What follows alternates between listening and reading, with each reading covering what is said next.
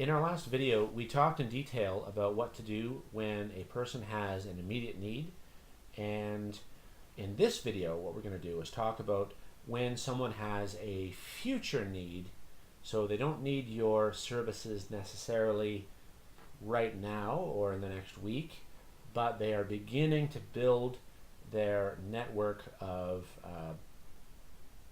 trusted advisors who they might deal with as they begin to put a project together or whatever it is that they're building that will require your professional expertise. And how do you know the difference between a now customer and a not now customer? Well, you can't know. That's really a self-selection type of a process. The customer will behave in a certain way, and that will indicate the urgency that they feel. And so you need to give them an option. You need to give them a now option and a later option. And we're going to talk about the later option. So the key, first of all, is in understanding that whatever tactics you decide to use, you're opening the door to re-engagement so that you can talk to them again. You may have spent no money on getting the traffic to your website, or you may have spent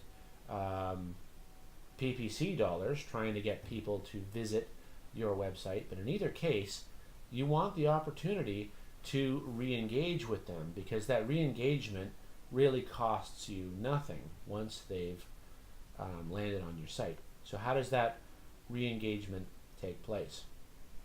One of the ways that is very popular now is something called follow ads, and you can set those up so that when a person lands on your site, for whatever reason, a small text file called a cookie is written to their computer, and then as they wander through the internet doing other things, your ad will come up on other person's pages. There's a vast network of participating websites that Google partners with and other advertising networks partner with that will show your ad if the cookie that was written to their computer is in evidence. So the website will read the person's browser as they're visiting, and if the cookie for your website exists, there's your ad again. So that's a level of re-engagement, and they have the opportunity to click back, and those are actually very effective, and it's a lower cost way of re-engaging with a prospect. But it's a little bit delicate because they might be using a different browser, maybe they're using a different computer, maybe they're using their cell phone instead of their desktop phone, or vice versa. So there's no guarantee that that cookie that was written during their first visit is going to trigger the advertisement that you need, that they need to see to re-engage with you. So that's kind of delicate. The ideal way to re-engage with someone is by email. And to capture a person's email address, you absolutely need to provide them with a meaningful incentive to share that with you. Because when someone shares an email address with you, they all know what's going to happen next. You're going to start sending stuff to them. So you need to provide them with an incentive that shows that you're not just out to spam them or drive them up the wall. You're there to inform them and educate them and to be a partner in whatever process that they're moving through right now. So if you're a real estate lawyer and you know that your ideal client is someone who is thinking about buying a home, maybe they're not buying one next weekend, like they've got it all lined up, that would be a now customer.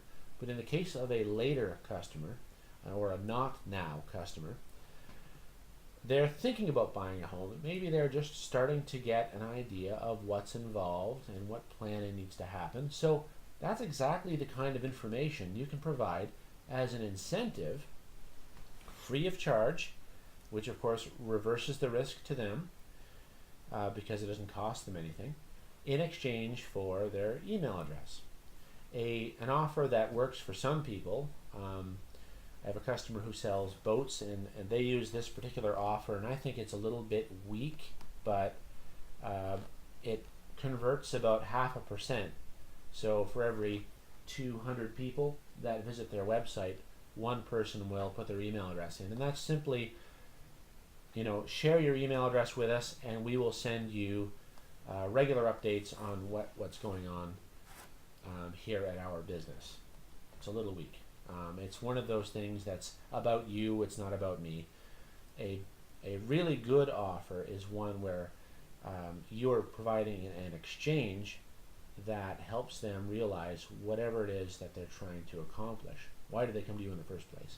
If I'm thinking of building a house, maybe I read about the top 10 pitfalls that new homeowners run into when shopping for a home.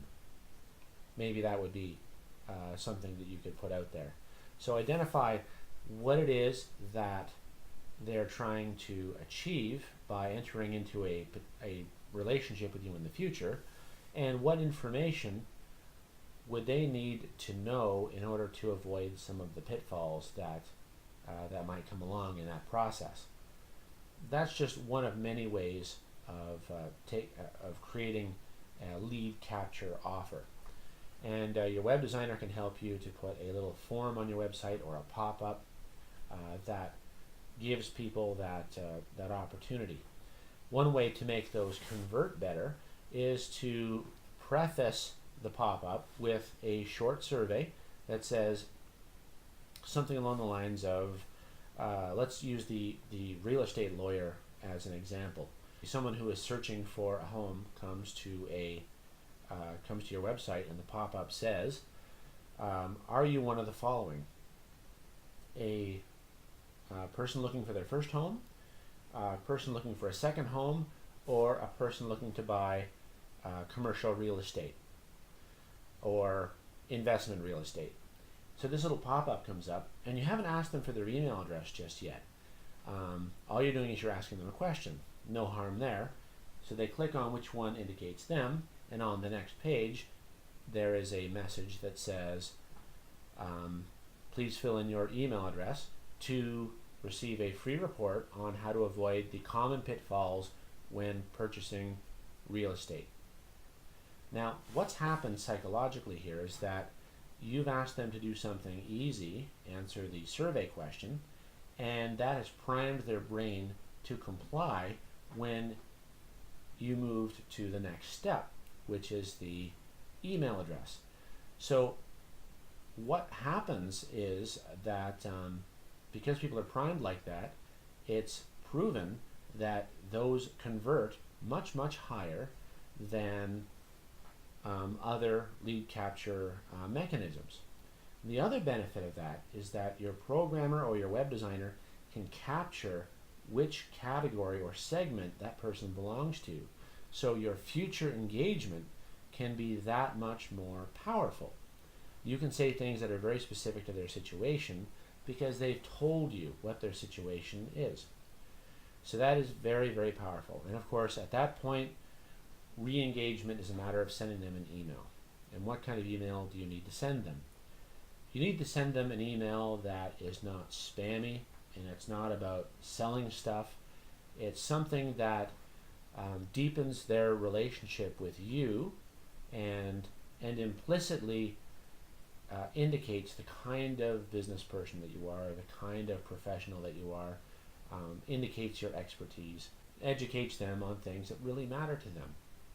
And now that you've got their email address, you have the opportunity to re-engage with them over time, and then when their later need, or not now need, becomes a now need, you're already someone that they have a relationship with, and you are the obvious choice. And you don't know when that's going to be. So you have to keep that re-engagement pattern moving along, rolling along, and building the relationship so that you're there to help them when they're ready to move ahead. There are other tactics for re-engagement. I'm going to talk about those in future videos, but those are the fundamentals there that will help you get a leg up in re-engaging with people who are not ready to do business with you now, but will be ready to do business with you in the future.